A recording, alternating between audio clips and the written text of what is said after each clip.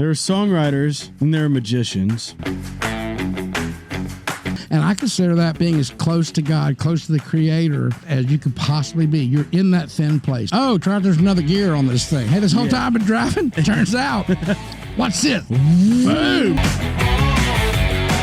The romance you bring to songwriting, I feel that there's just differences some days. You wrote Live Like You Were Dying. So when you look at self-awareness in that respect, where does that put it on the totem pole of things? Like, wow, self-awareness is not that great. It took 1,000 songs before one got heard.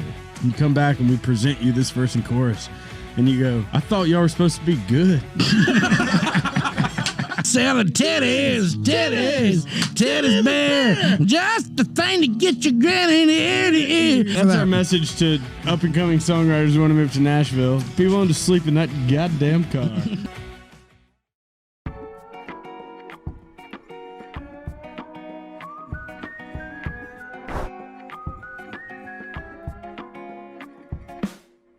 Just being earnest. Just being earnest. Long moments of blowing spit bubbles. Yeah. So you can just cut to. But the hot few moments of getting to the meat of a song. Yeah, when it's to be around for that, man. That's that. That is. And I was telling Steve at Losers the other day, I was like, I would love to do an episode every now and then at Losers, just there at the corner of the bar and have 2 boom mics set up, cameras facing us, and then we just sit and have lunch and a few beers, because the titles that come out of those conversations. Oh, dude. All my titles are bar titles. Yeah. Hardy was showing me one title the other night, and I saw a list of them, and I go, I won't say it, but I said one of them, he goes, give me that. I was like, dude, that's a title? Dude. No, man. He said, Merry Christmas, and put my name by one. I busted a guy last week, right? When we were talking about stuff. We were talking about doing all the time on Zoom and all that stuff, and I finally got time for title time and everything, and he finally said something. I was like, man, I like your first idea. He's like, what? I was like, the first idea you said. He goes, that was it. I was like, no. I was like, you said one about 3 minutes when you walked into the room. You said one. Oh, I was like, well, a lot of people would be speaking in tongue or title and not realizing. No. Supposedly, what's her face? My wife speaks in titles. Who was the girl that was married to Merle Haggard forever? The songwriter girl. Monica Lewinsky. No, it was, but she was a girl. But supposedly, all she did was because Merle, you could imagine the drunk buddies that came over. Oh, she would just collect titles. And she would just write down because you could imagine. That's a valuable girl. Dude, you could imagine. She just. What was her name? Lauren. But she wrote some. Yeah, she wrote some. But yeah. Tell you what, Merle, just do not let your babies grow up to be cowboys. And she said. I'm telling you, man. Yeah, you could imagine him sitting around them. That would be just holy shit. Did Merle live in Nashville? I don't. I mean, he kind of stayed out west. That's what I'm trying to figure out. Like, was the Outlaw Crew Nashville based? Waylon was here. Willie was here. His son. Waylon was here. He had. Waylon was here. Willie was back and forth between Texas and is Merle Texas as well? No, Merle was like Oklahoma. Oh, he was an Okie from Muskogee. Yeah, but then he was like living in Arizona. I mean, he was just that because he originally from California. That's where he did time and all that kind of stuff. So he was all. What did Merle do time for? Like theft, man, like armed robbery or something. Dude, seriously, I mean, he was on that shit. Yeah. He went in like when he was like 19 or 20. He went in and did. In fact.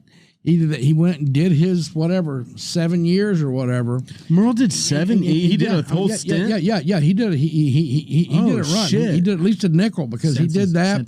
Got out, started doing stuff and everything. And after he got successful enough, the governor pardoned and expunged his record. So technically, he wasn't came out with a clean record. You say he got sentenced to 15, Alex? At 18 years old. And burglary. Sentenced as an adult at 18 for how many? 15 and did 7.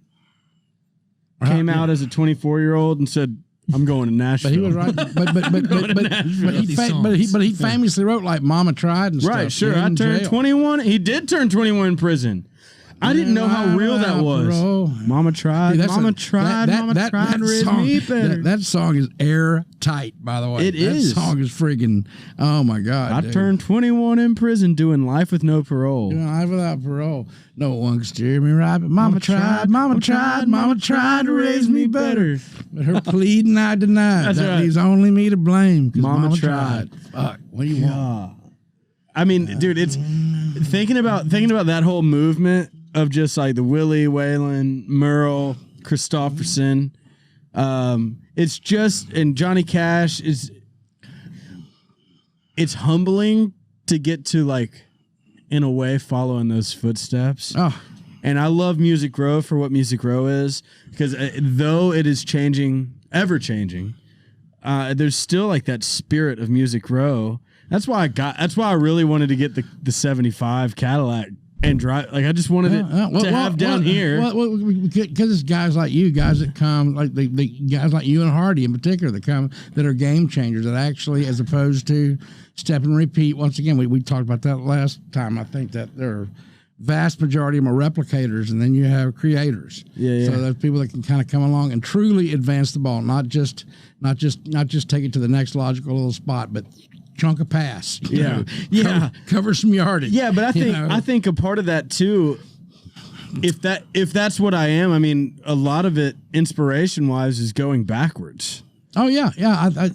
Going back so far to where it's not. I'm going back to 2008, like the 80s, the 70s, 80s, early 90s is something that I feel like, just as style does, it circulates. But I feel like right now. But you know what's cool about you, because I watch you do it, and you're so capable of going back and grabbing and grabbing serious classic standards and stuff. But that's all got to filter through that. Whatever this is. That thing some people might call a head on your shoulder, that brain, for lack of a better word, brain, that thing between your ears. Yeah. And so by the time that all comes through, there you go. Yeah, because you're right in the middle of version of it. Because you're right in the middle of, I'm gonna do a country classic song, and you throw in an Earth, Wind, and Fire chord right in the middle of it, because hey, and that's what makes it nice. But it's cool. I mean, I know that our little squad gets called the Modern Day Outlaws or whatever. Somebody was like, we should be called the Bandits. But I think to your point, without us realizing what we're doing, if pushing the envelope forward is like, if this is going to be an era that people look back on in 30 years, that's like all I ever wanted as a kid. I didn't even know that this is what I was going to do. I just wanted to be a bullet point in a book somewhere when people look back and think about it. And that's what, and you're a bullet point in a book that I want to be like, dude. I just wanted to be a songwriter. I never thought about being an artist. I just wanted to be the idea of being a songwriter. Yeah. But you were raised in Nashville. She actually heard, because you didn't get to hear. You heard a few of those little rumors about the songwriter going on thing. But to be around here in Nashville, because the songwriter life it's really the best, especially now because you're half artist. And that's a grind, dude, as you well know. Yes, that's a grind. It's man. Almost for where songwriting happened for me to commit to the artistry thing. It's kind of like having your left foot sliding further behind your right or in front of your right foot, because I could be fine just being a songwriter, but there's just like another ego corner of me that needs to be tickled on the artist side, where like sometimes I write a song and just I want that to be mine. But you know what though? Also as a songwriter myself, I mean we all know that the death of a songwriter is you go and your best work quite possibly goes with you. So having the artist thing, especially that is one of the reasons why I wanted Big Loud to be like it was, to where it wasn't this old school thing where everybody's scared. Like, let's scare ourselves out of cutting as many songs as we possibly can on this list. Yeah. Let's absolutely. Yeah. Let's just go down the list and just scare ourselves out of every one of these. Yeah. Like, no, let's put the shit out. Put them out. So at least I would like to think on this, like we can at least put it out there and. It went out there and most of the time, some song you think is amazing, nothing happens. And then one night you're in a bar and some dude comes dragging up the stage. Hey man, you're my favorite man, dude. You're my favorite. my favorite song is, man, is, and it's going to be like, great, Cool, my fan base. cool. There he is. That looks there like he is. It looks like I reached somebody. There he is. Yeah. That's great. Yeah, dude. I mean, a humbling business because it's easy to write a fast food song, you know, and fuck, we got all the things to put in a song, and there's a song. But like a lot of the times, as writers and as artists, we really do like pour a version of our own personal self into these songs, and we could leave the room that day and be like, "This is the one. I feel so connected to this song." Yeah. And you turn it into somebody that matters, and you're like, "That's okay. I wish that melody was different." And it's like, oh. We're really looking for something with tempo. You know, like, Yeah. Well, yeah, I mean, you know, it's hard to write a sad tempo song, Coach. That's yeah, I mean, you know, but at shit, you know. Yeah. So, all right, what we're gonna do this episode? See, we're already making the same mistake we made last time. But this is what we're. Holy shit! This is what we're gonna do this episode. I'm gonna grill you. You're gonna grill me, and I'm gonna need your answers. Okay, wait. Let me start by saying a few years ago. So this is where this kid named Snow. This is no. So this is where things go off the rails. So like a few years ago, they were talking to me about doing a TV show, right? And we had a publicist, Jensen, you know, who does Sweet Talk publicity. You know, she's like the girl in town and everything. And she was in the room, and somebody was like, yeah, Craig. So this I was like, well, of course you'll need some media training. And I'm like going like. Who couldn't be more like I am? I love the camera. I'm me and the camera. And Jensen. I was like, well, I don't need media training. And Jensen was just like, oh my God, yes you do. Oh my Craig. Oh my God. Oh my God, yes you. I was just. So it turns out I'm a little. Well, that was me too. Concision. That's a concept. I mean, no, but concision's kind of like you know, having water instead of beer. Like, I could. I could, but then again, it's not really beer. I sat in here and did a 40-minute Zoom of a media training session during the middle of quarantine, and I answered most of the questions right, and the ones I answered wrong, I kind of felt like I was answering wrong before I even opened my mouth. And it was all this, you know, she was worried because she had a job to do to tell me. And I was like, look, dude, I'm obviously not going to say this shit. If there's like, if this matters, like, this doesn't matter. I'll say what I want to say. I had an uptight girl give me media training. She would stroke out. I would just be like, dude, they got the wrong person media training me. So today we're gonna dig into Craig. The key is to not say more than 3 times. So that way it's eloquent. Saying 3 times, just 3 times. Okay, all right, we got it out of there. So I want to dig into your career, dude. No, sorry. Oh, sorry. Okay. Sorry. Okay, my career. Here we go. Okay. All right. No, we're going to do this right. We're going to do Sorry. The media trainers are just going to be like, oh, my God. I want to talk about this, Craig. We're going to go backwards here. Live Like You Were Dying. You wrote Live Like You Were Dying. And I'm not the type of guy to like quiz a guy I'm writing with while we're writing. So I've never really asked you, how did that song come about? Man, it was really... It's funny. It was seriously. It was made up on the spot. We had a friend of ours. Me and it was my dear friend Tim Nichols, and I probably shouldn't say anybody's name because it's still around. But there was I was writing at a publishing company. There was a young guy there who, early 30s, had just like had his first baby the year before, all that kind of stuff. He goes for a physical. His wife like, you got to get insurance now because we have a kid and all that. He goes for a physical and they take an X-ray and they're like, uh-oh.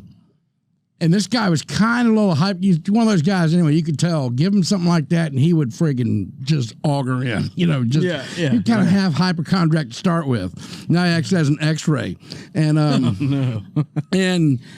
and we were all just like, wow, man, this is not cool. So, of course, like oncologists and all this stuff. So it was like, holy shit. Well, it turns out the good news is he went to this oncologist or something, and the guy took an X-ray, and the guy goes, look, man, what you got is, he goes, this thing, I think it was like this mask that's supposed to hold your lungs like to your rib cage when you're a baby. Mm-hmm. It's like this super glue, sticky stuff that's supposed to just dissolve over time. Dissolve into the body like almost immediately. He goes, that's all it is. He goes, yours didn't dissolve. He goes, there's no problem. That happens with some people. you know, this is not going to kill you. And the day you die, this won't be what kills you. Mm-hmm. So we had just kind of gotten that word. So Tim came in and asked about him. And I was like, man, oh my God, word just came out this week that all that was for nothing. Which started us talking on, wow, what about that? We just talking about some friends and stuff. I had an uncle who got such a strange, they figured out he had leukemia, but he had to like go to Mayo Clinic to even figure out what it was. But when they finally figured out what it was, it turned out they were like going like the mildest chemo treatment. This is totally survivable. It's like the best leukemia you ever want to get if you get it. Mm-hmm. But in the time he didn't know that, he was already older by then and was successful. He retired from his job and booked a shark dive in Belize. And he was that kind of guy. Upon learning he had leukemia. Yeah. So he's in Mayo Clinic waiting for test results, and he's like, screw it. I quit my job and everything, booked and it was just that whole thing. So our thoughts started turning to that thing of, as opposed to just shutting off and going inward, what if it was this thing of, it was a wake-up call as opposed to, and I finally we talked for 30 minutes, and I was like, man, there's got to be a song that, like, you know, dying to live. I was like, live like you're dying, whatever. And he goes, yeah, wait, stop. Yeah, that one. And as soon as he stopped me on it, it was that angelic moment. I grabbed my guitar, and I started the chorus. I started diving, because we had talked about somebody who'd been skydiving or whatever, and rocking around. And I didn't know the middle part, but I knew the second part there. I was like, there's this climb here. There's deeper in this. Trying to like, where is that? What is that chord? Like, oh, it's that gospel 3 thing. Deeper. And we kind of got enough of that. Tim had to go, like, both his sons were playing like in a baseball something or something. He had to leave early that day. But I went home and did enough of that night. That was like on a Wednesday. I had a Friday session, so Thursday. Do you know where Tim Nichols' kids went to school, by the way?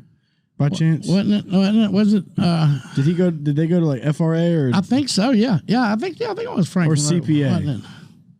It was FRA. I think it was FRA. Okay. Yeah. Right. So, but anyway, I think it was the same grade. Thursday night, I called him and I was like, "Well, I want to put this thing on a session. I kind of got this thing going." And I'll never forget. It was midnight Thursday night. I went into my living room in my house. There was no lights on, in the total dark. That was back when we just had those wireless phones with the antenna on them. And I laid on the floor of the living room in the total dark, and we wrote the second verse just there.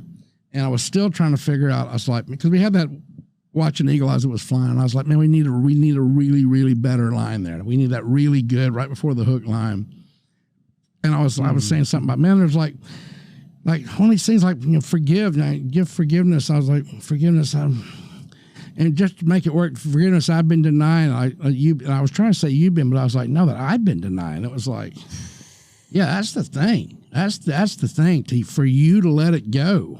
And I was like, yeah, so that's how it happened. I mean, it really was that kind of the last button on it? The forgiveness I've been denying. Was that kind of like the that was it? Moment? Yeah, that was it. Everything else was done. It was all. God, so was that a good old fashioned Nashville tracking session? The demo? Did y'all go and track that? Yeah. So Friday was in there, and a lot of the guys that are classics. Now, sure. You know, Tony Harrell on keys and all that kind of stuff. Yeah. JT Cornfloss on guitar and stuff. Course. And actually, there was no intro on the song. I actually said, I don't want an intro. I just want to. I have my guitar in the vocal booth. And I was like, how about just just this climbing thing? I was like, just do that, and then it'll be. Said I was in. And so and we all know, trying to get these guys to communicate well on charts. They're in 5 different rooms out there, right? Yeah. But it started, and Tony Harrell's like, the piano started going, and then they just kind of started doing it again, and I just kind of let it go. And they were kind of looking at each other, and I was looking at me and everything. And I said I was in, and there it goes. And it was just the double ended up being yeah. So even then, I had hairs on the back of my neck, because it really was this thing. And we were all just sort of, and I think that vocal I did for the most part on the demo, probably about 3/4 of that was what I sang in the booth there. Yeah. That first pass, that one. It was just, dude, it was really... Do you have the demo around somewhere? I mean, obviously not for right now, but like, I want to hear that demo someday. You got it, man, yeah. Well, that is one of those songs that just like, it never doesn't hit. When it still, I mean, it's like, whether we're in a round or it comes on the radio or in a playlist or whatever, it's like, you can't skip through it. Because you got to lock in for it. It's an event. I have to admit, I mean, because we're years after the fact now, man. I mean, it's... 16 years now. And to do, and you know how it is. You have you have kind of a big number one. People sing along, and I've been with enough songwriters through the years where they had a huge hit 4 or 5 years ago, but all of a sudden, not quite so much energy out there. That song, I can still to this day. I've done a bunch of different crowds. It doesn't even matter if they're 16-year-olds. You stop singing, and they'll take over for you. It really is gratifying. That. You know what I've been craving? Raising Cane's. I like Cane's so much because you can make your own meal. You can sub extra toast or extra coleslaw. I prefer extra coleslaw. Whatever you feel like. The sweet tea is legendary. Throw a little vodka in it, call it a day. The sweet tea is legendary, and the cane sauce is amazing. I make it a point to stop at one anytime I can. If I'm coming through Knoxville, good luck. Tough day to be at Cane's because I'm coming through and running game on Cane's. They have Cane's all over the place, but most importantly, they are coming to Nashville in 2022. I'm personally stoked about this one. I'll be there every day. If you want to find me, go to Cane's in Nashville. It'll give the chicken places a run for their money. There's several chicken places. Tough day to be any other chicken place. Nashville listeners, if you've never heard of Cane's, you don't know what's coming, but you're about to. They have locations all over the U.S. so far. Knoxville, Southern California. They're all around Arizona. Locations across the entire state of Texas. I don't know if you've heard. It's a big state. I actually saw that they're hiring, so potentially needing to get a job at Cane's if this shit falls through. I heard that they're hiring. Potentially need to get a gig if this thing falls through. Cane's is actually born in Baton Rouge, Louisiana. Good chicken leads to good football, which leads to great times. Whenever I see posts about them on social media, my mouth waters. You should definitely check it out. Cane's. Was that the first one of those in your career, or were any I have to admit, I had, because that was like my. I know it wasn't obviously your first third of hits. It was probably my 11th or 12th number one. I had multi-week number ones and stuff. That one showed me like, oh, there's another gear on this thing. Hey, this whole time I've been driving. Turns out, what's this? Boom! Oh, hey, look at that! Look at that! Hey, who knew that was over there? Yeah. So, yeah, it was sort of that whole, but you know, it Grammy, you know, like, I mean, and it won everything. Was it CMA, ACM, Grammy, and all that stuff, and yeah, it was really, yeah. What was that? Was it automatically a Tim McGraw song, or was it a pitch around song? No. I had that, you know, Kimberly, and that's what's funny too. Kimberly, it was just me and Kimberly, the publishing company, and she wasn't even an employee. She just came by to help, and she was paying all the bills and stuff. But she was like, "Oh, I'll drop off songs," but no, seriously, I'd just done it. And Missy Gallimore, it was CMA Hot Dog Day, because it was all that week. So, and shout out Missy. And this is how the company was born. I just bought a house over there, and Kimberly goes over there, and she goes, "I'm going to tell Missy you got that song because Tim needs to hear it." And I was like, "Okay." And Missy came over, and she goes, "I got time right now." So we walked over to the office, and Missy sat in a straight back chair, and the stereo sat on the box that it came in. We literally had been unpacking the stereo that morning. We just set it on the box and played that song. That's how you started. That's how you start a publishing company. Yeah, it turns out. It turns out. It's so wild to hear you talk about coming up with the concept for that, because for us, like that's a cliche. Like, live like you were dying. Like, that is now just like, now it's a cliche. Now it's a cliche. Live like you were dying, but because of you. Well, the other thing is like writing songs and having song concepts. It's tough to write deep. It's easy to want to write a deep life meaning song, and the percentage of those that end up breaking the surface is so small. But like, yeah, this is a staple, life changing song. Yeah. I think about it now because it was really, I really do think I see it as a God thing. I really do. Hell, man, right now, it just got optioned for a movie again. I mean, right now, we're in the middle of. Another bag. It just got optioned. I mean, the song. Because I think about it now, the fact that it stayed, as you know, as a songwriter, the fact that it started off with all this live stuff, and most of the time, if you're a songwriter with a song like that, I got through a whole first verse of that stuff. Now, holy shit, let's just talk about going for a walk with her and looking at her eyes and, you know, and getting her naked or something. And the idea of like, no, just stay in there and just keep coming up, keep saying life things, keep coming up with life things, just keep on relentlessly. You just keep, like, I realize What's now. the second verse? Most of the next days. Oh, no, yeah. Or that's second half of the first verse. He said I was finally the husband. Most of the time I wasn't. And I became a friend would like to have.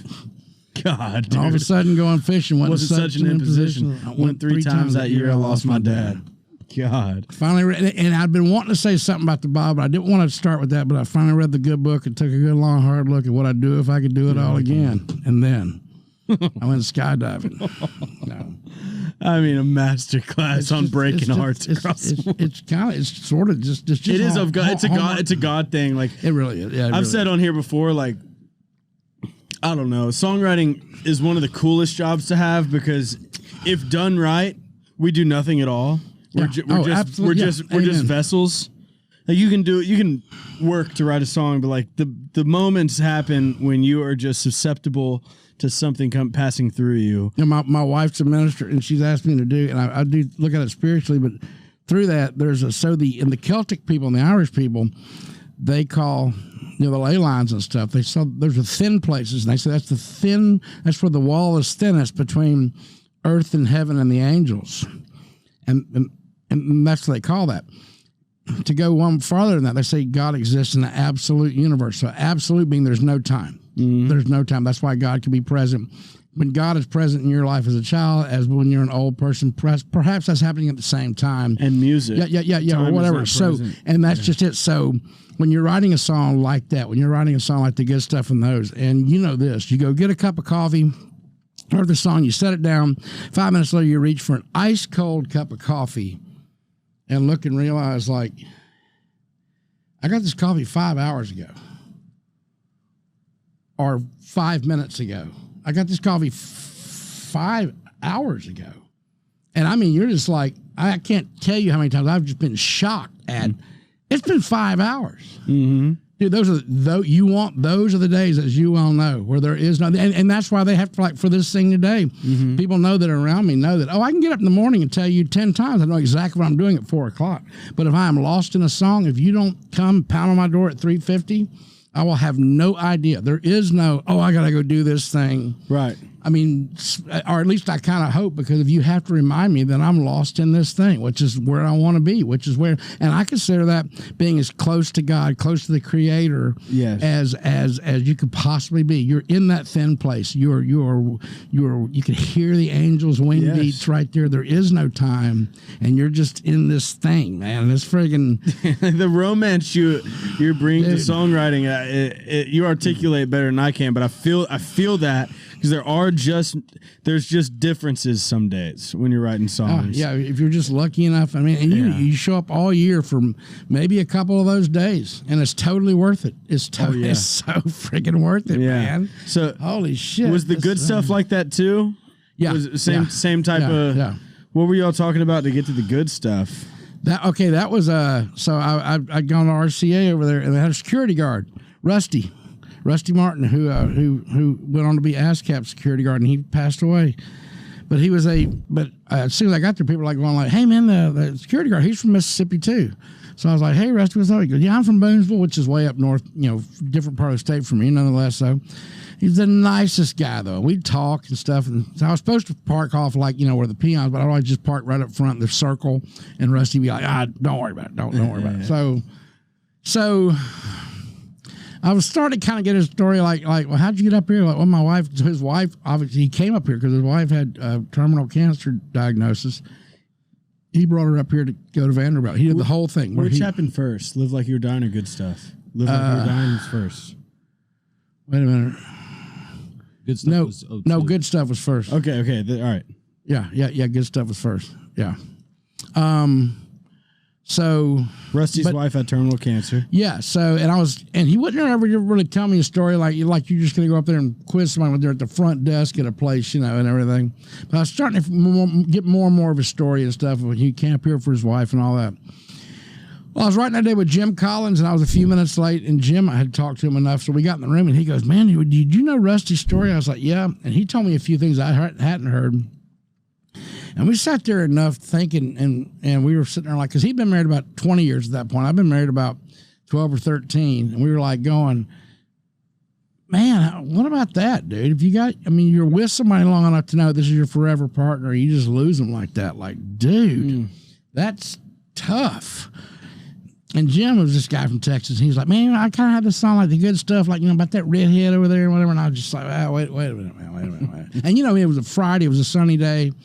And all of a sudden I was like, oh, my, sure to God, I'm not going to write a friggin' ballad. I was like, ugh. But went and got that cup of coffee. And I seriously just started, me and Ryan Lady had our first big fight. So I stood around. And all that started. And we got that first chorus written. Yeah, the way she looked with rice in her hair when me and KK got married, we ran out of the reception. It was night by then. We ran out of the reception, and I had a Honda car then. And, you know, those things, if you slam the door, your ears would pop. They were that tight. We ran through all the people, you know, and the bird seed and the rice and stuff were flying. We ran into the cars, and the doors shut. And even though there was noise out there, all of a sudden it was quiet for the first time in like 3 hours. All the marriage stuff, it was quiet, dead quiet. And she leaned over at me, and the rice was falling out of her hair onto the console going tick, tick, tick, tick, tick. And I'll just never, ever forget that. Just the tick, tick, tick, tick, tick, tick. Yeah. And so the way that she looked with rice in her hair. And so we had that first chorus written. And of course, so he just wanted to finish and get done. And sing the first chorus again. And I was like, no. I was like, we got to continue this. I was like, basically, it's this guy, and we're just going to this other movie. I was like, this movie's only half done. We got to finish writing the movie that is the choruses. He didn't like that, but I was just like, man, we just got to do this, man. So there it went. So, it just, all right. So I'm going to break the space here for a second, just for my listener's sake. There are songwriters and there are magicians. You lean on the magician side of songwriting, but I know you would not admit that because, like we've already said, we're just vessels. But you and your spirit are so open to miracles. I think they happen through you in song a lot more than other people. I know a lot of other people have a lot of hits, but I just think the type of hits you have and type of songs you write, you're able to go a level deeper than, like, I would love to be able to go that deep with you, but it's just spiritually you are so. And KK I'll give KK some credit too. I mean, you're married to a minister, so you got to be a little spiritual. But what you are open to spiritually leads to songs that will forever change the landscape of not just country music, but the world. And I'm goddamn lucky to be sitting next to you right now. Oh, no. Man. Yeah, and look, man, and I think, you know, look, I see a lot of me and you. Like when I was your age, that's all I want to do was show off my wordsmithing and do all this flying around and stuff. But then, as you do get a little older, and things and you're already starting kids and stuff. Yeah, and these deeper, life moves deeper, and you can just move with it. Yeah. You know, but I don't ever want to not leave one foot. You know, we all know some songs that just disappear into that, and it's all great and good. Don't get me wrong, but you know, at the same time, we're on kind of self-therapy and stuff there too. So yeah. But man, yeah, I appreciate that because we all know, like, I'm just writing what I write, and all of a sudden people are like, "Oh my God, who is?" Like, okay. What about the one yesterday? Titties Beer. What about no? Is that not? Hey, can you? All right. He's not joking, dude. He's. I'm not gonna let you let that slide. So we're gonna A and B live like you were dying of the good stuff. But can you give him a chorus of Titties Beer, the verse chorus? Break down Titties Beer for me. So the downside of writing songs like the good stuff and live like you were dying is titties and beer. All of a sudden, people seek you out. And so me and Tim Nichols in particular, we had, and from Troy Gentry, God rest his soul, who we lost in a completely unexpected helicopter crash a few years ago. God rest it, but we got the word, like, and Kimberly County, she goes, Troy Gentry really requested wants a date with you and Tim. And so I already knew, like, it's going to be one of those songs. It's going to be one of those songs. Sure enough, it's like, and it is. It said Friday, It's a beautiful day. It's sunny. Hell yeah, driving into work. Woo! And I get there like, oh, it's your Troy day. Like, oh yeah. And true enough, he comes in, and bless his heart, he was the nicest. He truly is the nicest guy in the world. He was the best guy. But he comes in and he just goes, man, he goes, my grandmother. And it was like, oh. And he was just like, man, he goes, we were all there, and, she was just on her last breath, and it was just this. And you could tell, it obviously moved, and it was a beautiful thing to hear and everything, but it's just this. Not today, Troy. Oh, man. Okay. So he didn't really have an idea, but just that thing. And he wanted to address those emotions. It was like, okay, now here we go. And, had that legal pad in front of me and a couple of lines. And he's an artist, so time, you can't go to 8 o'clock at night with an artist. We all know mid-afternoon they're going to start. Well, I get my ear ends, and so as time's starting to go by, and I just look up, I just go, man. I was like, look, man, we've done like 2 hours to get 2 lines that we don't even like. I was like, man, look, we can do that. And I'm sitting there looking at him, not to mention, this is Montgomery Gentry. These are the guys. They tour with Skinnerd. Yeah. And I'm sitting there writing a friggin' 5-minute ballad with this, like, So finally I go, man, I was like, we can write this. I was like, but we all know we should be writing a song about titties and beer. And he laughed. And I was just like, yes, see? I was like, man, like, titties, beer. And I was like, so good. Wait a minute. That way, I didn't just say titties and beer. No, I said titties beer. It's somebody's. I was like, that's not naughty. It's a person. It's a brand name. It's a product. It really was. I was like, it's a product. Whose beer do you like? Titties beer. Can't help it. And 20 minutes later, this done. Yes. And. So they tried to cut it, but they didn't want to sing it. So Mark Wright had me come out, and I was going to be Uncle Titus to sing it. So I sang it. They couldn't, and I was like, "How are you going to make this make sense? How's somebody going to be in the middle of a Montgomery Gentry album, and then some other dude starts singing?" I was Montgomery Gentry and Uncle Titus. So. Yeah, and so then that song has been, and Kenny loves it, but Kenny, he put it on hold for like every other album for like 5 years, and he finally just says, "Man, if I ever want to end my career, I'm going to cut that song." So, and then Kenny, so then I'm walking through a Home Depot. I'm walking through a Home Depot about 5 or 6 years ago. My phone rings. Look at my phone. I was just like, Cracker. I was like, hey, he goes, hey, Craig, it's Cracker, Uncle Cracker. Yeah. He goes, man, Kenny just played me this cool song, and I think I want to cut it. He goes, but I'm afraid it's going to end my career. You must be talking about Live Like You Were Dying. So, there we go. So, well, can you give us a verse and chorus of Titties Beer? This is Charlie Hansom's broken guitar. Oh, shit. Yeah, so. But it's in the tin tune. All right. Shit. It's in Craig Wiseman's shape. Oh, my God, this is horrible. Growing up, I remember one year, my Uncle Titus had a bright idea. He's gonna bottle up of his own brew. I figured he could make $1 million or $2 million. Taste wasn't gonna be his claim to fame. All he was banking on was all in the name. Yeah, Titties Beer. Just the thing to get you grinning ear to ear, whether you're from the country or the big old city. Yeah, one thing's for sure, everybody loves titties. Wow, wow, wow, wow, wow, wow, wow, wow. Yeah.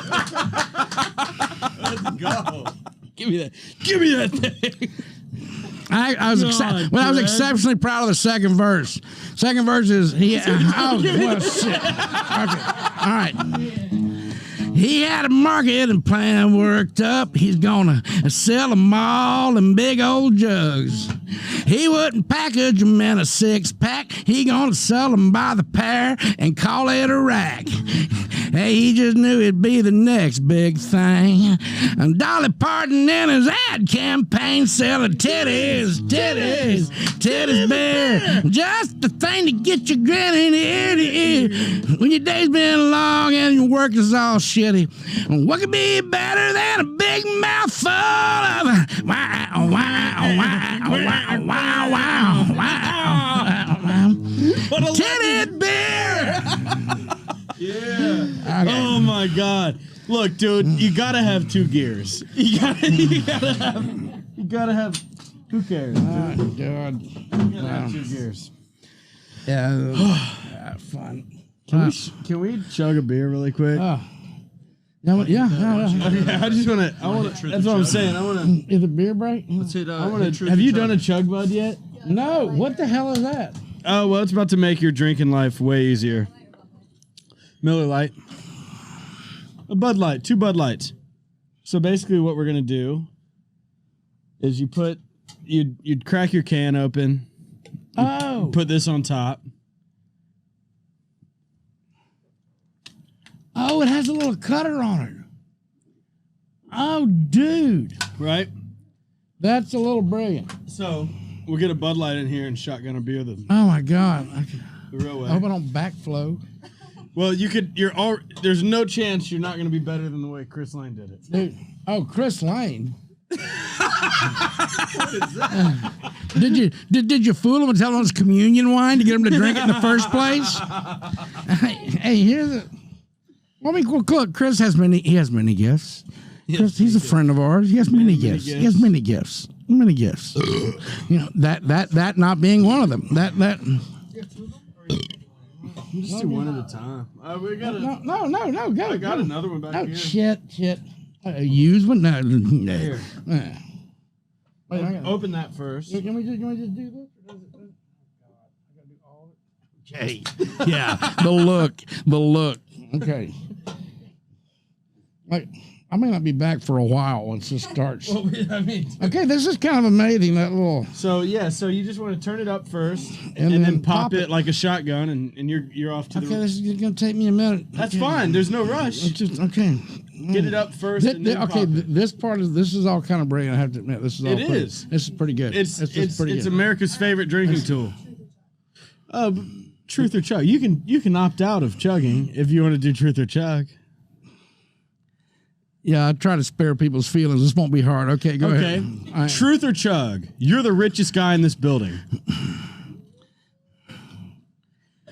There's a lot of people run through money around here, so it's like, You might want to chug. I mean, how many houses has Seth bought this month? I don't know. Like, how many buildings on Music Row do you own? Okay, good. I'm not really. Turn it up and then pop it. I'm not really sure. I got enough fingers to count. Yeah. Okay. Yeah, vertical first. Okay. Pop. Yes, sir. That's my coach. That's my coach. Dude can chug a beer. He ain't worried about it. No problem. Let's fucking go, Craig.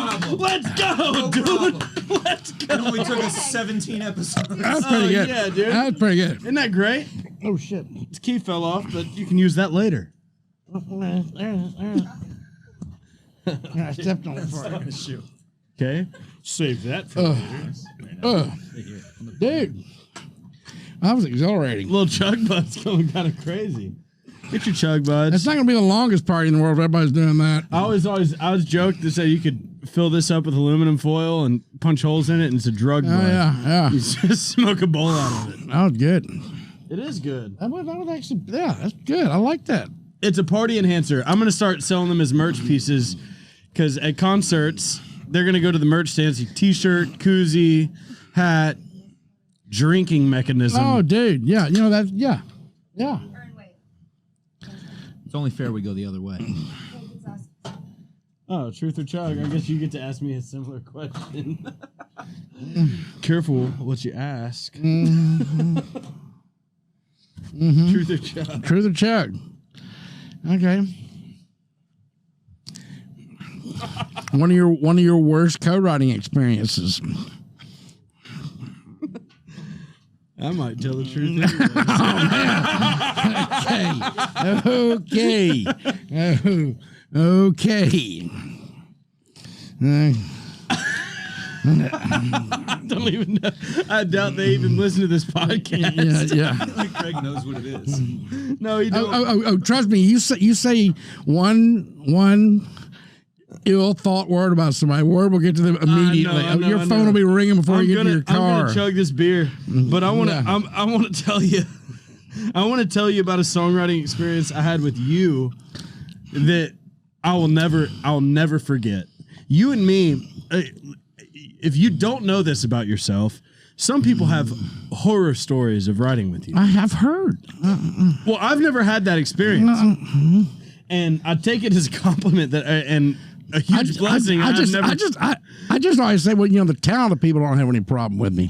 So, I don't know. I just, like you hear all these nightmare stories, like, damn, man, that really sucks. And I've had great days with you, and we've had good hangs. We've written a song in under an hour before. Oh, God, people are like, man, good luck. You're gonna have to pack a dinner. It's like, yeah, well, maybe. I just suck. I just can't. I'm just kidding. I just want to write till it's right and until it's done. Yes. And if that happens about 3:00, that's fine. If that happens at 9:30. Now, granted, we have not written "Live Like You Were Dying," but but there was a day Hardy and I were writing with you. I think it was Hardy's first time writing with you. This was before the artist thing. We come upstairs and me and Hardy had kind of like sussed out a verse and chorus, just the two of us. You'd gone out and smoked a cigarette or whatever, or a cigar, and talked. And you come back and we present you this verse and chorus, and you go, I thought y'all were supposed to be good. We had to start. We started from scratch. You're like, well, I thought so too. But fuck me. That's not really it. Well, obviously I was joking. Well, obviously we wrote something else supposed to be good. Wow. There it is. Oh, you smoked me, dude. That's half the time I did it. That's friggin'. I've smoked so much Woo. today. Woo. God, that was good. Woo. This podcast brought to you by ChugBud.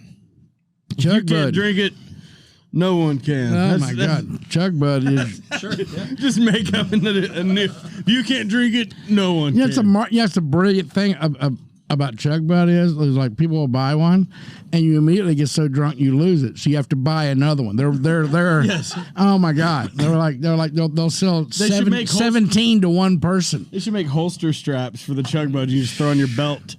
ChugBud, just a thought. Or lanyards. ChugBud should have a lanyard, right? Yeah, that's good. Wow. Okay. Let's go further back. All right, how are we doing? Yeah, I still want to talk songwriting. Okay, we're gonna talk. It's good stuff. We talked last time about kind of your humble beginnings coming from Mississippi, moving to Nashville, having a roommate. Early on, your first cut. What was your first number one? Or your first number one was the first number one was Tracy Lawrence. My first cut, man, was actually on Roy Orbison's last album. Actually, that showed me Politics. So the bar I was playing out in Hendersonville, his son Wesley would come in there some. Just the Wesley Orbison, who was just very much a Roy thing. Just this very quiet. Just funny, the two of us together, because especially back then I was playing drums. I was just super energetic and loud and everything. And were you writing songs in the day and playing drums at night? Yeah, absolutely. Just exhausted, just like sleeping every other day and stuff. Yeah, yeah. And he and I started writing a little bit, but in order for me to write with him, I have to leave for the gig like at noon or 1 to drive all the way up to North Hendersonville, up by the lakes. Yeah. Then beat on his bedroom window to get him to wake up so that we could write. And then I'd just do that, and then I'd play drums that night and get done at 3 o'clock. So those were 14-hour days to try to write with Wesley, but I liked him and everything. And then one day he just goes, Dad really likes some of our stuff, and he wants us to write stuff for his new album. And I'd been in town about 3 years at that point, just enough to kind of go, Yeah, bullshit. Yeah, sure, And whatever. that wasn't your play writing with him in the first place. No. Well, he was an Orbison. He was an Orbison just to write with him and everything. But like I said, after we started, because he was singing a little bit, and we just kind of you were just boys, but it wasn't like I'm trying to get a Roy Orbison. Oh no, because back then any cut or anything was complete Sure. was complete fiction. I mean, it was like theoretically people get songs cut, but it was like right, whatever. Yeah. And so we wrote a couple of songs, and I knew when I was like, of course he's running only one will. So we kind of did this thing, and like 3 months later, Wesley one night he comes to the club and he's like, hey man, you want to go to the parking lot after in the break? And I thought like smoke a doobie, and he go to his car and he just goes, yeah, you hear that? And it was Roy singing our song. One of your songs. And I was just like, and it really was just kind of like that. Yeah, Roy Orbison sounds just like Roy Orbison. It's just like, it's uncanny. It's freaking, dude. I still have those realizations. Like, even anytime Morgan even sings a song that I wrote, I'm like, boy, it sounds like a Morgan Wallen song, don't it? We should pitch that. Now that Morgan sang the demo, we should really give this to Morgan. Sounds like a Morgan song. Yeah. We were right. We should let him keep it. Yeah, we should let him keep it. Yeah, man. Yeah. That's incredible. So, I mean, it's like golf or anything else. You get one good cut in, makes you want to keep coming back. Well, you know, the weird thing was, so that was on Virgin and stuff, and I wrote it with his son. I didn't realize that all the professionals, I was thinking I was going to open doors, but nothing. So, because everybody knew that obviously I was just with Wesley or whatever. Right. But at the same time, it was valuable, like going, yeah, I mean, right, you know, there is some politics to this. There's some of those things. That's just a part of it, man. Welcome to it. As if it weren't hard enough, just go ahead and add a layer of that too. Yeah. So, yeah, man. So, you know, just keep twirling. How old were you? What were you, Maya? 28, 20? Were you younger? Yeah, I would have been 25 when that happened, and then I got a mechanical check. I got my channel check for like $60,000. In what year? And what this is 80? No, this is 87, 88. Yeah. Yes, you got to fucking. So I got a mechanical check, and I had at that point I had my stereo I'd gotten out of a house fire and rewired to work and everything. So I actually went and bought that new friggin' TX system with the big tall speakers and shit. Yeah, you know, big tall guys. Wood got grain. that, like a real TV, all that kind of shit. Were you a single man at this point? Bought Bachelor, spending money on the shit you want. Bought another drum set and stuff, and then 6 months later, my house got broken into, and all that shit got stolen. So all of it. I mean, TV and everything. Where was this? Out in Hermitage? No. I had a house out in Priest Lake. Oh my! And where were you? You were probably in the middle of. You were playing a gig or what? Right? And so that was I was still playing 6 nights a week. So that was when I came home at night and it was like all that shit that was on the wall, it was just gone. And by that time, so I'd gone through because I'd owed my money, I owed my family some money and everything else. And I just talked to the tax person who was like, you got to pay taxes on that. You haven't? I was like, what? So I was thinking, so here's like, $20,000, just like, oh my God, that was all out of money. I mean, I'd just done all that. Right. Holy shit. So I was like, my mom was like, well, get insurance stuff. So I told her. The mechanicals off of your Roy Orbison cut paid $60,000. Yeah, those are the days. Yeah, those were the days. I'll kind of let that fly. I just kind of didn't think about that. It was like this man had an album cut. It was triple platinum. Yeah. I used to. Oh, but my first.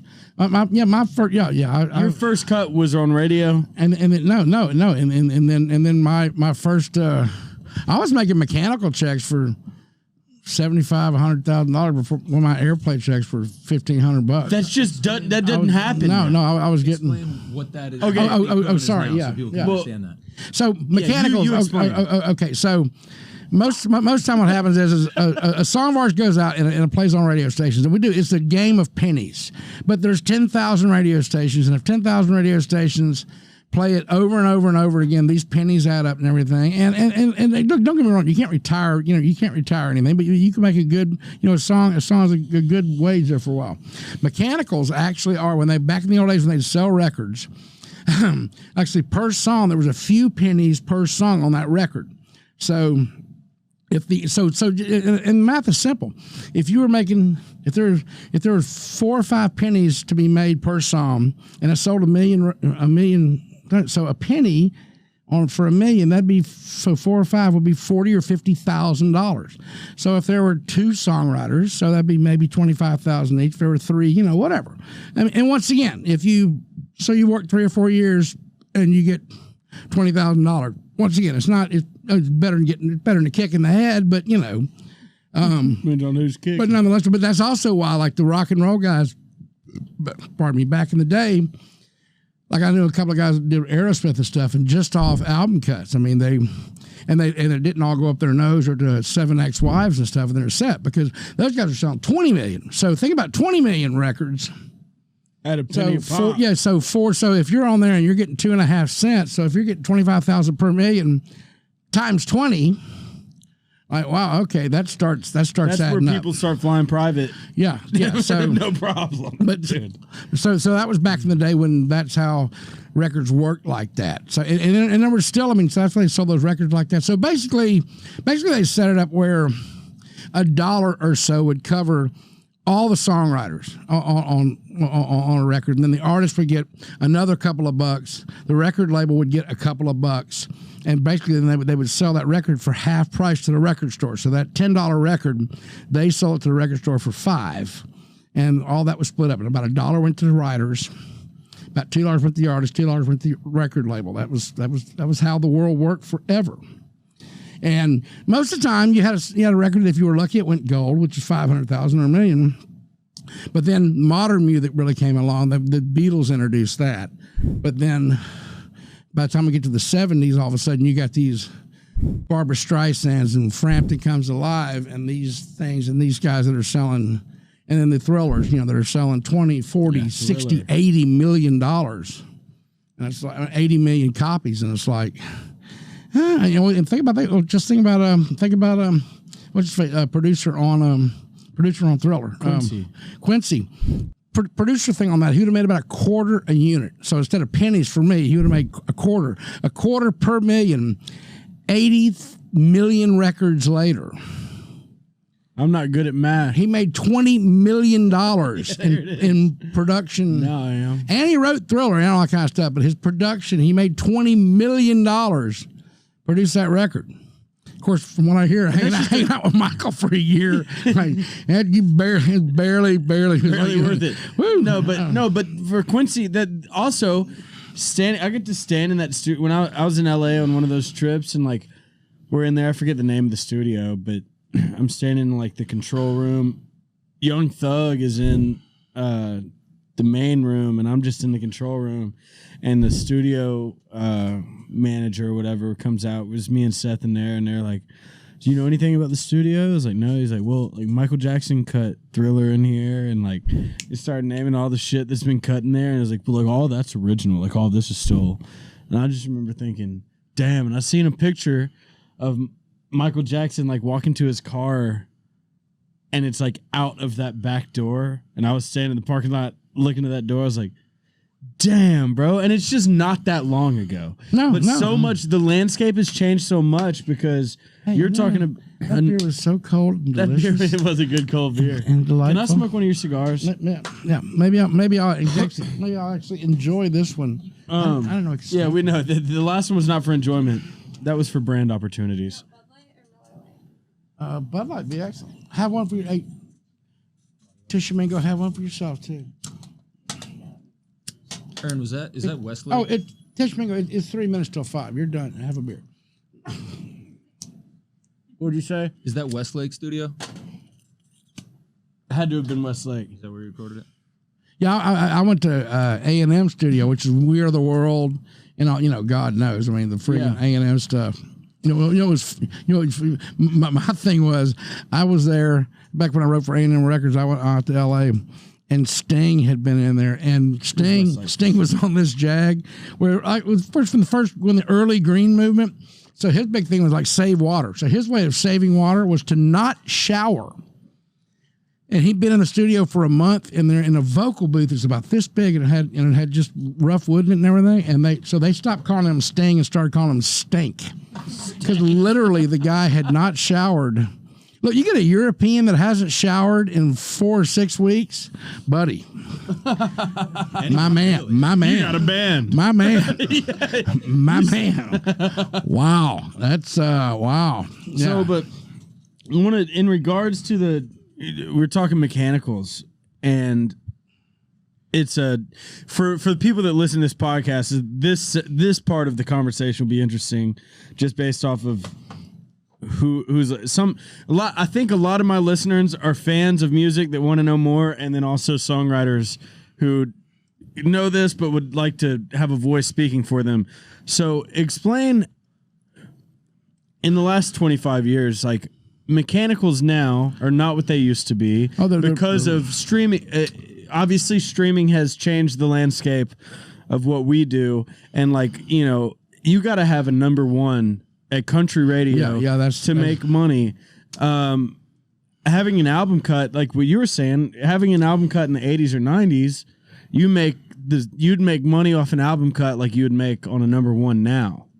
And a number one back then is like times 7. Yeah, you know, and I stopped counting. I mean, I'm on 100 million albums. I stopped counting.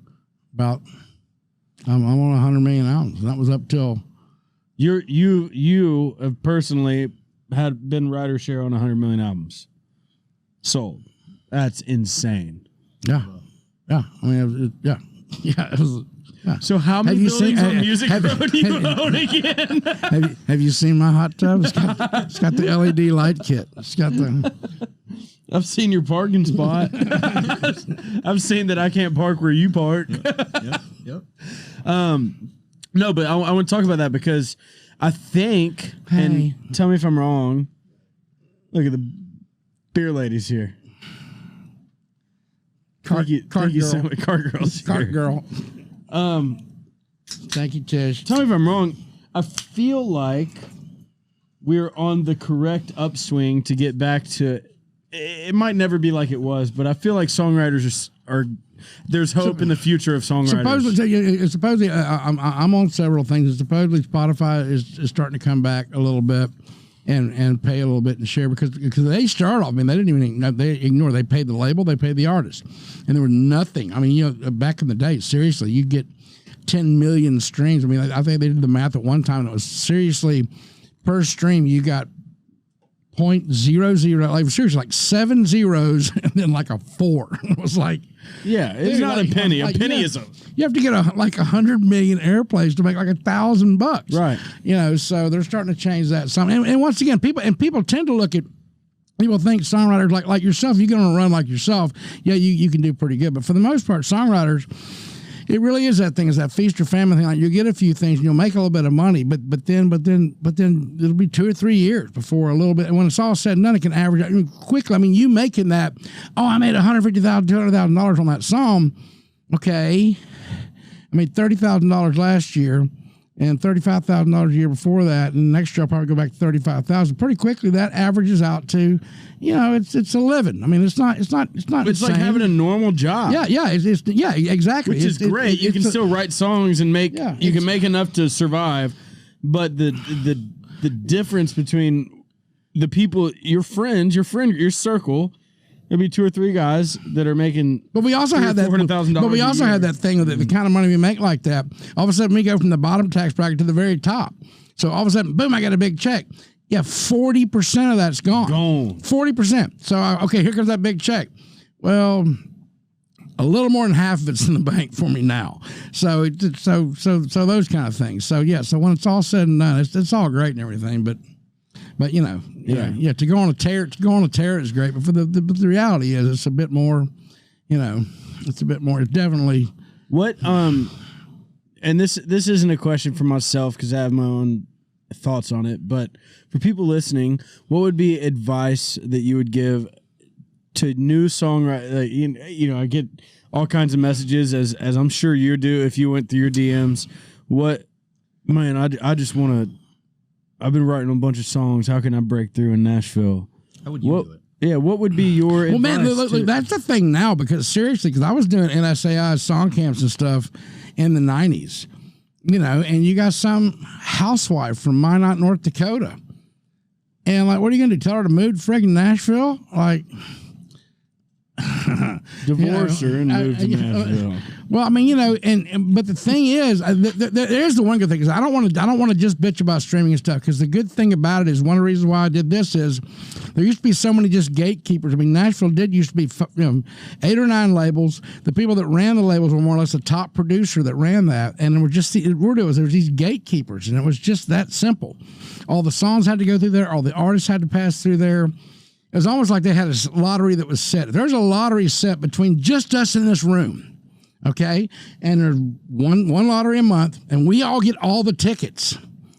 It doesn't even piss me off if you win, and then if you win, because that just means my turn's coming. We're all going to win the lottery here in a couple of years. We're all going to hit. Yeah.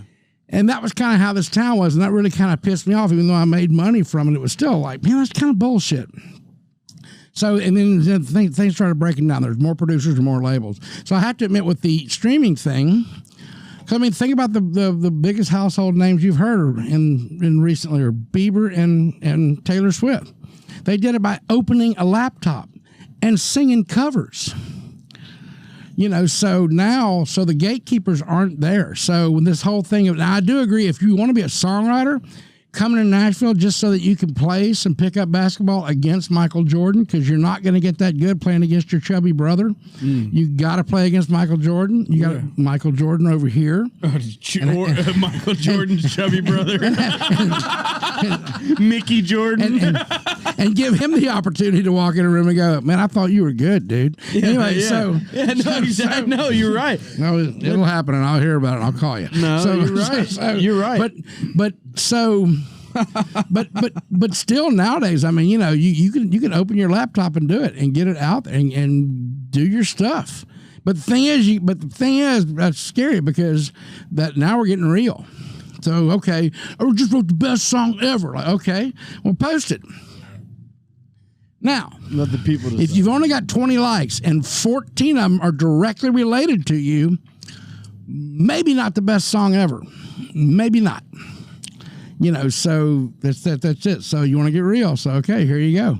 I mean, you're the comedian now. Get up on stage and be funny. Tell your joke. Yeah. Get up on, and Eddie Murphy was on right before you, and Jerry Seinfeld's coming on right after you. Knock yourself out. There you go, buddy. Yeah, dude. I mean, shit. The pressure's on. And that's it, man. That's the shit. Yeah. There we go right there, man. It's hardball. Wear a cup and good luck and all that shit. So, well, no, but and I've said on this podcast before to people like that, and I've actually relayed what you've said to me is like, numero uno, move to Nashville. Like you said, play pickup. You didn't say it to me. I like that analogy. But the idea is, it's like, you might have a great song. You might. And because of social media and TikTok and all that, some people get to bypass a lot of things, and their great song turns viral, and now all of a sudden they have a record deal, which is fine. Some of the time, real talent gets discovered that way. But I just think that there's something to be said for failing for multiple years in a row. I was just going to say, you will pay your dues in this business. Trust me, early dues are far, far better than late dues. Oh, wow. Dudes that show up and, it's all just a walk in the park and this is great. That's sick. And they still got dues to pay on down here. Them dues are gonna hit different. It just fucks you up. I don't. There are very few who survive that shit. This podcast brought to you by Manscaped. Ho, ho, ho. Gentlemen, the holidays came early here at Manscaped, the leading men's hygiene brand. Manscaped just launched new products, including their all-new ultra-premium body wash and a 2-in-1 shampoo and conditioner. It's time to give yourself, or someone who needs it, the gift of beautiful skin, hair, and balls this holiday season. Go to manscaped.com and use the code ERNEST for 20% off and free shipping. Jingle balls to the walls, my guys. Listen up. Untrimmed pubes are a thing of the past. It's possible for you to have Santa's beard in your pants. Inside the Performance Package 4.0, you'll find a signature lawnmower 4.0. The electric trimmer has the electric trimmer has proprietary advanced skin-safe technology to reduce cuts on your nuts. Cuts on your nuts. It's also waterproof, so you can use it in the shower. This is true. It's like a gift to your partner with less mess. The Manscaped Performance Package 4.0 includes the Crop Preserver, the Crop Reviver, and anti-chafing ball deodorant. God damn it. An anti-chafing ball deodorant, moisturizer, the tone. Dude, all I know is words are doing this right now. Look. Get 20% off of free shipping with the code ERNEST, ERNEST, at manscaped.com. The 20% off. Well, because you get your taste. I mean, yeah, dude. Even the people that pay their look, you're going to have dues to pay on the back end anyways, but you would like to have at least paid some dues on the front end. Because, I mean, everybody's going to have to go through the back end of anything. Well, and it's also like you said, like somebody wrote that song on TikTok. But you and I both know as a hit songwriter, you finally get your game up. You finally start writing those songs that are at that level. How many of those do you have to write? Now you're starting to hit the lottery part. All I got to do is write 100 more of those for 86 of them to die an obscure death, for 13 of them to actually make it to somebody, but 6 of those 13 are going to be on the wrong label with the wrong guy, with the wrong team, with the wrong everything else. And do that kind of stuff. So it's not a song. You've got to have a body of work. Yeah. And the only way you get there is the work ethic and this shit and your connections and all kinds of shit, man, where you can just steadily crank out the heat. Or you can just steadily crank out the heat. And I mean, maybe look at it like this. If you're a guy like, in once in a lifetime, you could pull off something where something happens. You save some girl from a burning car and you get a date with a supermodel. Great. Once in your life, you get that date with a supermodel. Have a date with a supermodel every night for a year, my friend. That's when you got game, because that's what it's going to take, because they're all crazy. You're not going to want to marry any of them. But that's what I'm saying. It's like that. You're talking about game, though? This man is spitting game right now. No, dude, that analogy is insane, because I grew up in Nashville, Tennessee. All I ever wanted to do is this. I just happened to go to school with Mitchell and Rafe Tenpenny starting in 5th grade. So I'm hanging out at Donna Hilly's house as a 5th or 6th grader. And this before I knew anything. My perspective of the music industry, the only lens I saw the music industry from was through the Tenpenny and Hilly's. And it was, on Linden Avenue. And it's that mansion, the Civil War hospital turned house that Dolly Parton wanted to buy, that George Bush has his picture in. Like, this is what I saw. And it's a female who's the queen of music, Donna Hilly, the quote queen of Music Row. Like, that was my perspective. All I knew about Music Row was through that perspective. And one thing that I learned from Mitchell, passed down through her, and all that, was this shit ain't easy. And she did one thing that I could never repay, and Mitchell will tell you the same, but like, she knew that we were passionate about wanting to make music, so she provided us with the tools. Mitchell was in the 8th grade. We were in the 5th grade. We had a little back house out there on Linden Ave at her house.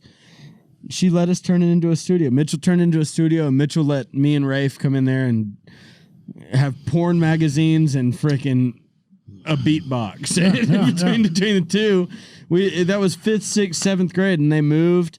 We moved, and at the next house she bought in Brentwood, at that time, Donna Hilly had started losing her mind. Yep. But in one of the times she was in it, it was always let Mitchell have what he needs to be able to do what he wants.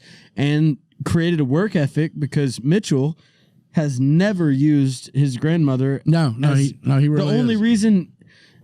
The only reason he signed his first pub deal at Sony ATV is because I signed my first pub deal at Sony ATV. And the only reason I signed my first pub deal at Sony ATV out of the 3 different options I had was because that was the one I knew. Yeah. And then at that time, I'm telling the Warren brothers, I'm like, well, Mitchell's got to, if I'm doing this, Mitchell's got to do this too. Cause like we're here because of Donna and this whole thing. I just think the perspective, like it took 1,000 songs before one got heard. Well, that's it. Yeah, absolutely. 1,000. Yeah. Easily. Yeah. I mean, not even leading up. I'm talking about the shitty songs I wrote in middle school and high school, leading up to my first pub deal, and then that first year of speed date writing. Yeah. I didn't even really get a song heard until I met y'all 2 years after I signed that deal, and that was first people to really hear my songs, Brian and Tyler. At FGO. And even then, I wouldn't do what I'm doing now. No, I was going to say, even then, we weren't hearing your songs. We were hearing the songwriter. We were hearing the songwriter. Yeah. Right. We were hearing like, wait a minute. Right. Wait a minute. There's somewhere in the middle of all that shit. There's some real time. Like I said, the first time I heard you drop it. And the first thing I ever said, I was like, if that shit ever goes away, he's upstairs. He's a staff writer. He's like, the guy's a freaking songwriter. So yeah, let's sign him. Whatever he wants to do. Because if nothing else, our fallback is he's going to be a hit songwriter here in Nashville. Yeah. So yeah, let's do this. So, and that was and whatever that was taken from me being whatever reckless abandon 23-year-old me was coming in to a meeting with at that point all I'd seen of y'all. So I had my deal with Sony ATV. The Warren brothers had still had me under their arms, and they knew I wanted to be an artist. So they were. One guarantee meeting they knew they could get me was to come meet with y'all and Joey over here in this studio. And I had some songs that I'd done with Jimmy Lee Sloas. Oh, yeah. Oh, that's right, yeah. Jimmy produced my first few sides. Yeah, that's right, yeah. We cut him over at Bob Ezra's studio. Jeez. Which Allison Chang, I mean, like, legendary studio. And I'm 22, 23, just like, holy shit. We cut these 4 songs. We blacked out, Merle Haggard song, Hole in the Wall, and All My Friends Are Sinners, or something like that. Yeah. And we come and play them, and I just remember Joey, the first day I met Joey, but Joey was totally himself. He was like, well, I've heard this before, to one of them, and then Blacked Out was one of those that kind of stuck out. And then, 2 days later, we hung out, and 2 days later, next thing I know, it's like, y'all are willing to work with me in some capacity, which is all I needed to know. Just keep writing songs. And then I could narrow down who I'm writing with, which the last 2 years has been, I have no say in that, which you have to do. Yeah, no, you come into this town, you got to speed date and write with everybody. Yeah. I mean, you have to start off to kind of do that. It really is sort of, It really is sort of like there's a lot of analogies to like running a restaurant. But you have to start off cooking the hamburgers and doing everything, but eventually at some point you got to be front of house and doing all that and saying hey to everybody and and all that stuff goes on behind you. But at start off you're doing it yourself. But you have to trust the people making pairings for you and stuff. And like that, which is the thing I'm most proud of here is our creative team. All the creative team here is our ability to handle talent, and that's what I love about being a label. We can do it all the way across now. So whether it's a songwriter, whether it's an artist or whatever, I feel like we have the best in the business who can handle that and do that, and then help steer somebody from, I want to be a total rap star out in LA to, okay. We'll do that. We'll fly to LA with you. We'll try it. We'll let you empty out fucking $1,000 mini bars. Fine. No, but that was the beautiful thing about, look, I mean, and I've been open about this in my podcast too. I mean, I might have had the longest identity crisis of anybody to ever exist. And a lot of it was how I was raised and figuring out who I was and all this shit. And I kind of always had an idea of who I was. I just needed something to confirm that I'm not wrong about who I am. And when I got linked up with Big Loud, it's like between Rob Roy, like between Delaney's family and Big Loud, those are the 2 guaranteed places I can 100% be myself and not ever have to apologize or feel like I said something wrong or, like I just think that, and it's because of the tone you've set here, and it's why we get along. It's okay to just be yourself, and it's okay if you're fucking not like the rest of us, you know. Oh, that's the price of admission. You know, another replicator. You know, they exist, and the country music, every genre needs people that can keep that train going. Absolutely, yeah. But yeah, I think it might be the hilly thing to blame from a young age of being exposed to, you know, going to. And I was telling somebody the other day, like Rodney Clawson, okay, legendary songwriter, classic big loud writer. Oh yeah. When I was in 5th, 6th, 7th, 8th grade, Rodney was just a name I knew because he was Sydney and Brad's dad, who was in Texas at the time, and I did Christmas Eve 5 years in a row with Angie and Sydney and Brad at their house in Brentwood with the 10 pennies. And Rodney was just not there. He was just a name. And Rafe and Mitchell, we'd be at the studio, and Mitchell would come back and have a bunch of Rodney demos he went through. And I remember Mitchell found the Lost in This Moment with You demo tape that Rodney had done. And Mitchell with Jameson Roper at Donna's studio off Linden re-recorded the demo to Lost in This Moment, gave it to Debbie, Mitchell's mom, and Debbie got it to John Rich. Wow. And you know, I'm just a middle, so I start to see all my only vision of what the fuck happens in the music industry was through that lens. Yeah, yeah. So now it's amazing. I mean, my mom had a real estate building 4 buildings down on the right. I met Delaney 4 buildings down on this street, like the alley. Nash Films was Rob Royer's building. Oh yeah, right there. Wow. And he bought it and wanted to make a movie house out of it. And the first records I cut on Music Row were in the sound design studio. We turned it into a brothel. Brothel. A brothel? Dude, you got any chicken brothel? But it's such a blessing to be able to get to do what I do here with you and everybody, the culture that's created a Big Loud. And I think so to cut to that, if there are young songwriters writing and stuff, once again, you can't help but do it. You're gonna hear some song radio and you're gonna write a cousin of that or whatever, but you really do. You think that weirdness part of you're trying to stamp it down and keep it out of the way as much as possible. When you don't realize that's the thing. That's the thing. I mean, and that is just like dating, where you're trying to act like every cool guy in the bar. And after you fall in love, it's when the girl tells you that you do that one thing that made me know you were a weirdo, and I liked you because of that. Mm.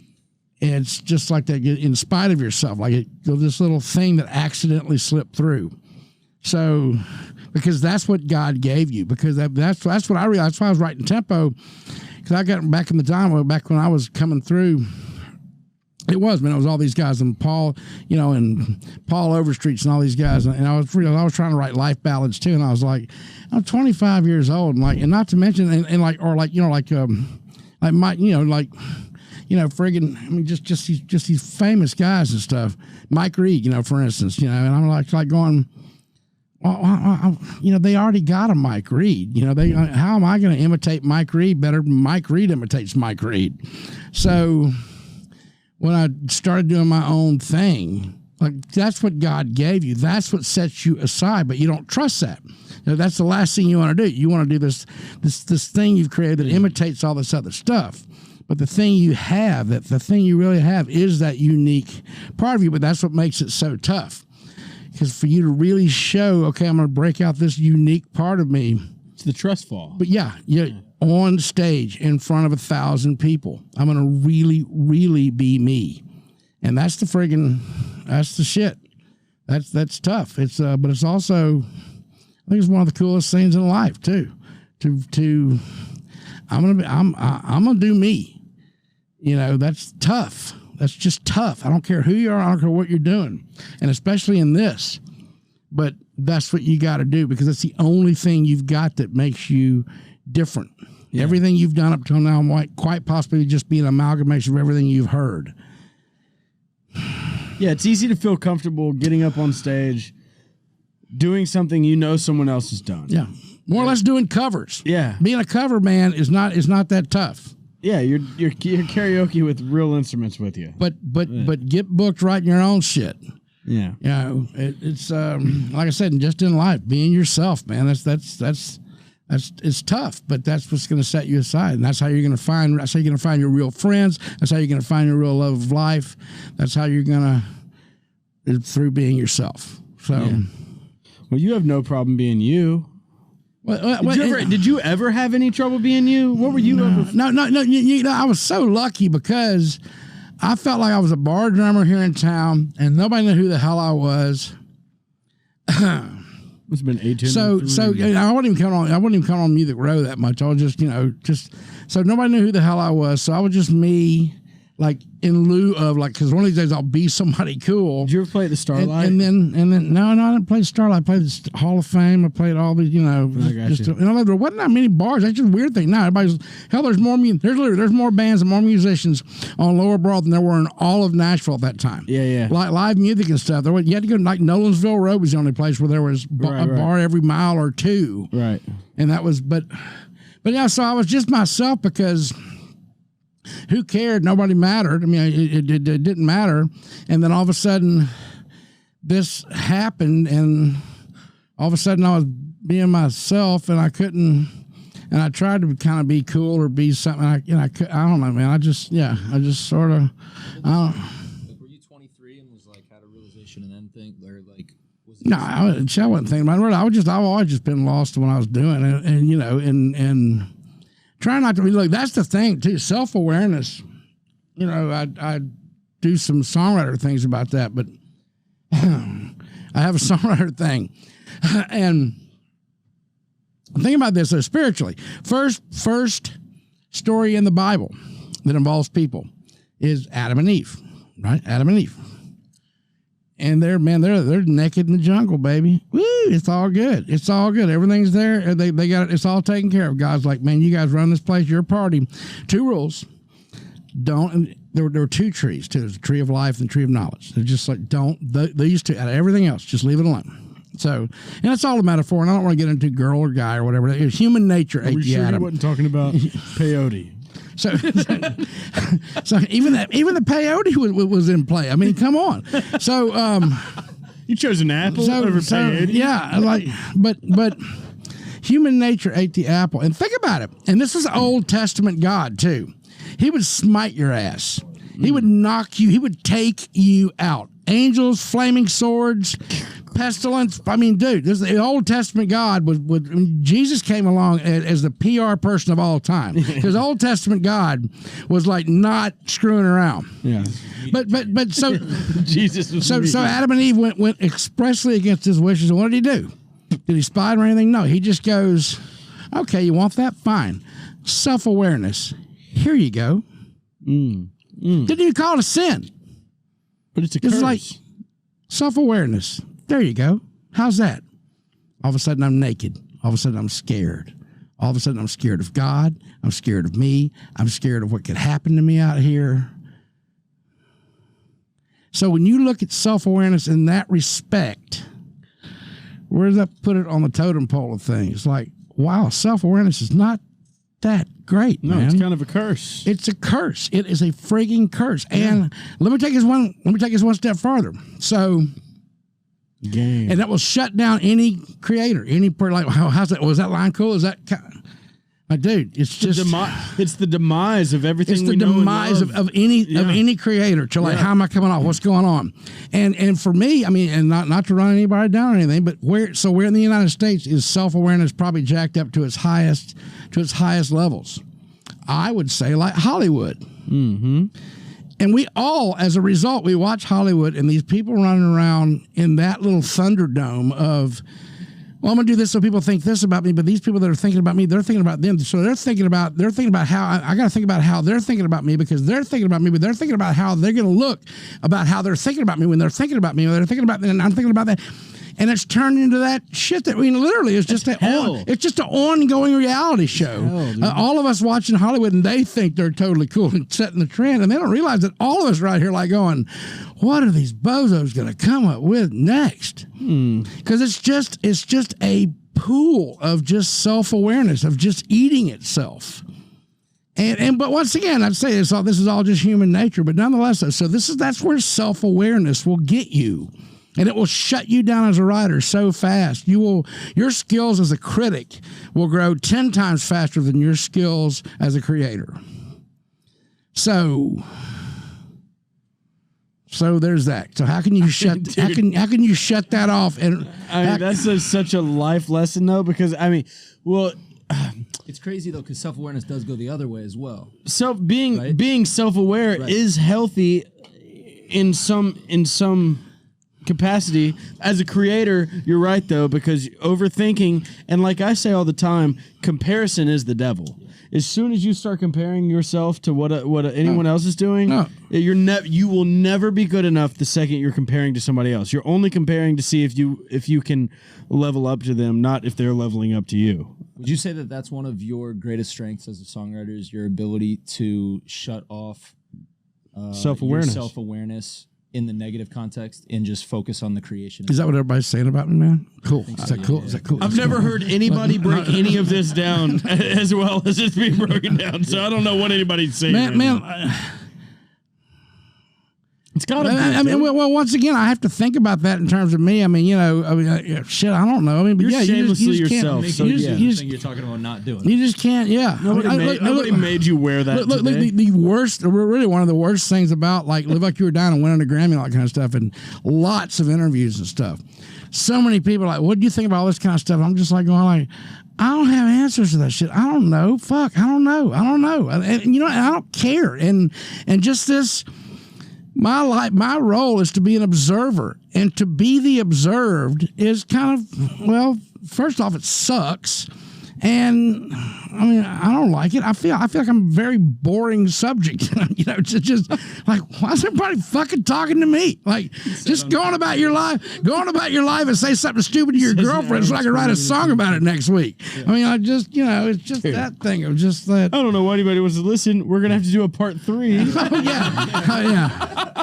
Okay, Ern started off with 12 questions for me. He got 2.5 on the first one. No, we're all the way down to 4.5 now. I will let you know, a lot of these episodes we do have bullet points of just kind of a guideline, and 2 episodes in, I've not had a single bullet point. It's all been personal questions and thoughts, and I just want to see. That's what makes this good, though. That's what makes. And look, man, and think about this also. So here's another thing. When it comes to the self-awareness thing, think about the coolest people you have ever known. The coolest, funnest people you've ever known. And they are the people, correct me if I'm wrong, that have no idea how they're coming off, or at least very little idea how they're coming off. I can think of so many of my buddies that just say and do shit where you're just, Tompkins is one, Tony Mullins, the Tompkins, this Rolodex is going of these people you're just like, holy shit. And if they had self-awareness, it would ruin them, but it makes them they're so friggin' cool because they don't have the faintest idea how they're coming off. People that don't have the faintest idea how they're coming off, those are the people that you're just fascinated with. They're just like, holy shit. Yeah. And once again, so the absence of self-awareness and how friggin' cool that is. It's Well, it's not. Ignorance is bliss is such a broad statement, but the lack of self-awareness is bliss. The ability to totally. And Delaney's family, and as you know too well, they're shamelessly exactly who they are, and they're both extreme artists and independent creators, and that's why when I met them, like I was telling you, like.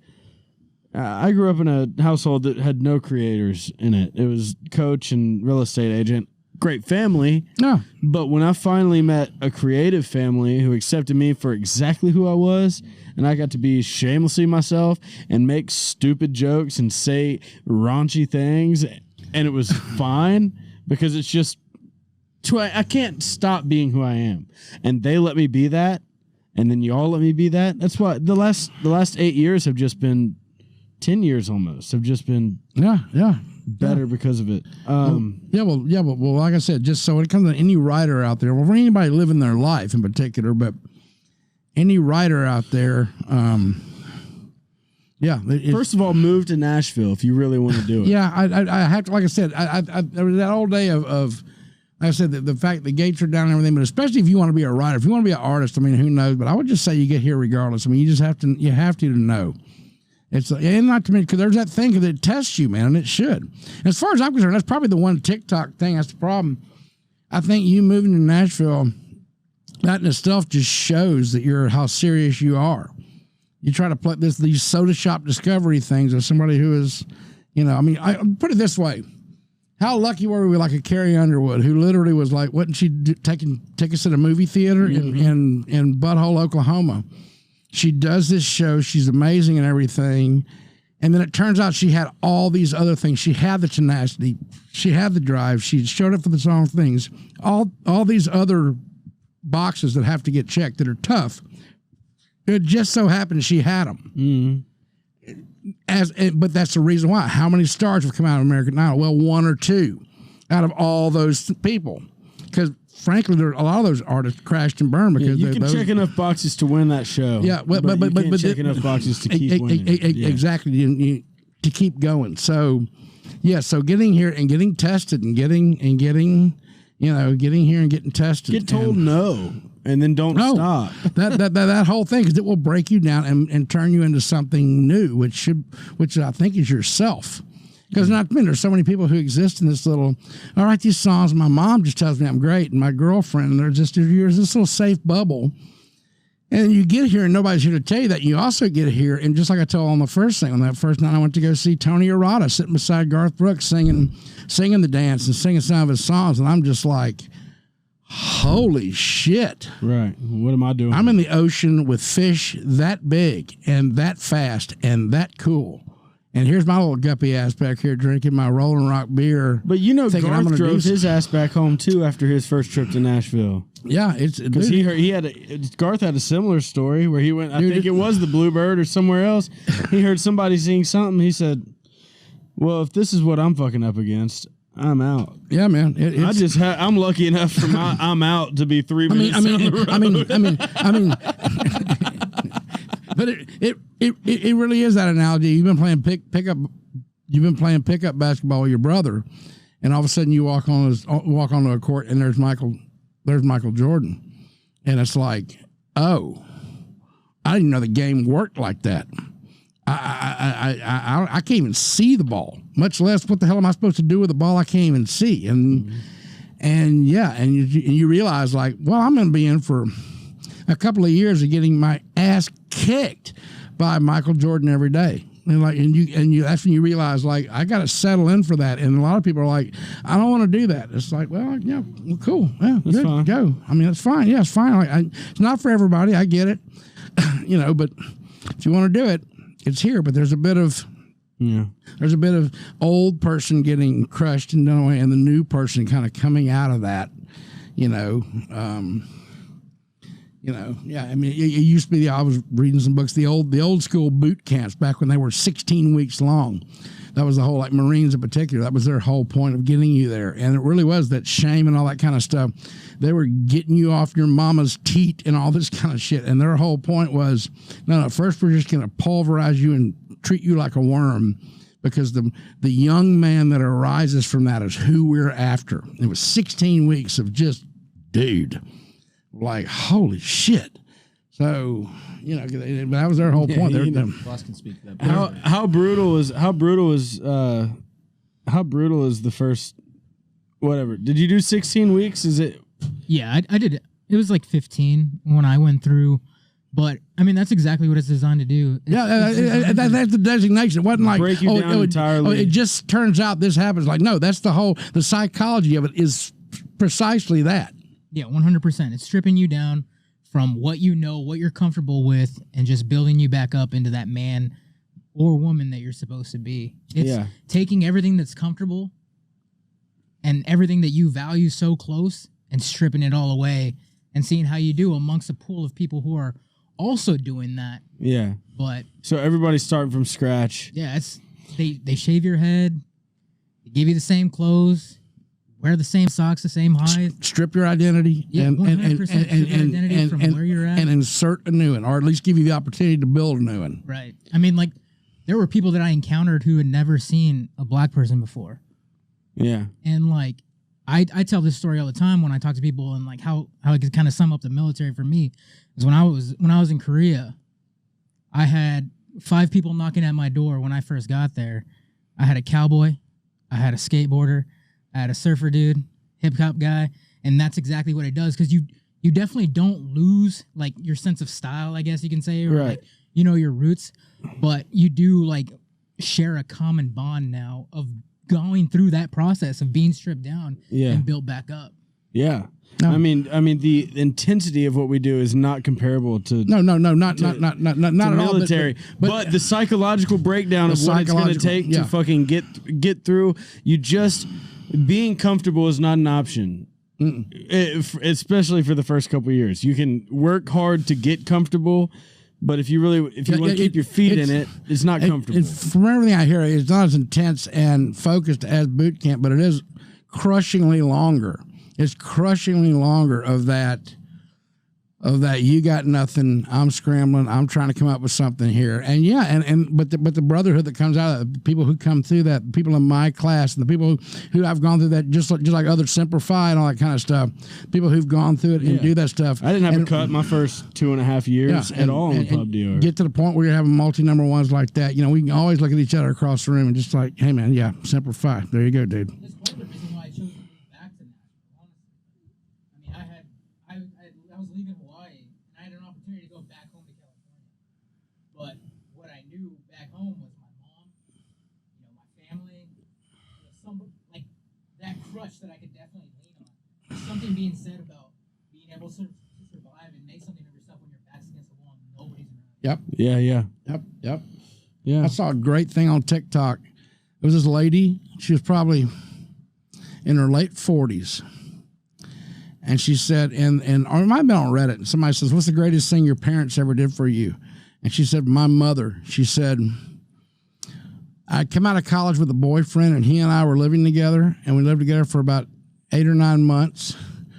And then we broke up, and he moved out. And I called my mom, and I said, well, I'm coming home. If I can't find a roommate, I'm coming home. And he said, my mother said, I don't care what you got to do. Said, you stay in that apartment by yourself, even if you got to work another job or anything. Like you learn that you can make it on your own, and it will serve you the rest of your life, honey. She said, because things are going to happen. Divorces happen, people die, whatever. But you knowing that you can make it on your own will serve you the rest of your life. And yes, I'm your mother, and yes, I want you to come home, and I want to take care of you right now, but I am taking care of you. You stay there, and you keep that apartment, and you make it work, and you figure it out. And she was just like, and she just had that sense. You could tell it's a cool lady who just had that shit about her. She had her shit together. It just came off of her, and she was just like the best thing she ever said to me. Yeah. And it really was. It was just like, wow, that was straight up. There's so much, nowadays there's a lot of. It's easy to be soft. There's a lot of 35-year-olds living in basements and shit like that, and it's like, dude, I get it. I get it. I get it if I want to get it. I've slept in cars, man. It's fine. Yeah. It's fine. Good time of year for it. I was lucky. Good time of year. Spring. Well, look, if you do want to sleep in your car, spring or fall. That's the way to go for that. That's our message to up and coming songwriters who want to move to Nashville. People want to sleep in that goddamn car. But it's inevitable. We're gonna have to do a part 3 with Craig. I'm gonna do a part 3. We gotta do it. I mean, you just gotta be a regular. I knew that Jelly Roll would be a regular. Hardy's a regular, but you and me are kind of onto a thing right now. It might just be being Ernest and Craig. No. You have two good. I just want to keep having you on. We got to write a song sometime. Well, I know we got to write, but on or off camera, I wish we could hang more and just soaking up your perspective on life everybody listening to this podcast is blessed for getting to hear through your lens. Well, and a chance to sit down and talk to you like this anymore. I mean, I get to. I mean, this is some of my realest conversations. Yeah. Your time is valuable. I mean, you're rocking and rolling these days, man. And you're friggin'. I mean, you'd be busy enough as a songwriter, and now that artist thing too. It's like, man, and a dad, and an acclaimed podcast. It's all so much, but thank you for taking your time. Oh man, coming doing this again. Man. I'm a fan of the show. Piss like a racehorse. I have to pee so bad. I've considered peeing in my pants 3 times today. 3 times. Twice before I even got here. Part 3 will be the adult diaper sessions. Diaper. Pamper. Diaper. Ooh. On that note, thank you guys. It's Just Being Earnest with my boy Cat Daddy Craig Wiseman. Thank you guys so much. Just being earnest. I love you. I love you so much. Just being earnest. Just being earnest. Just being earnest. Just being earnest.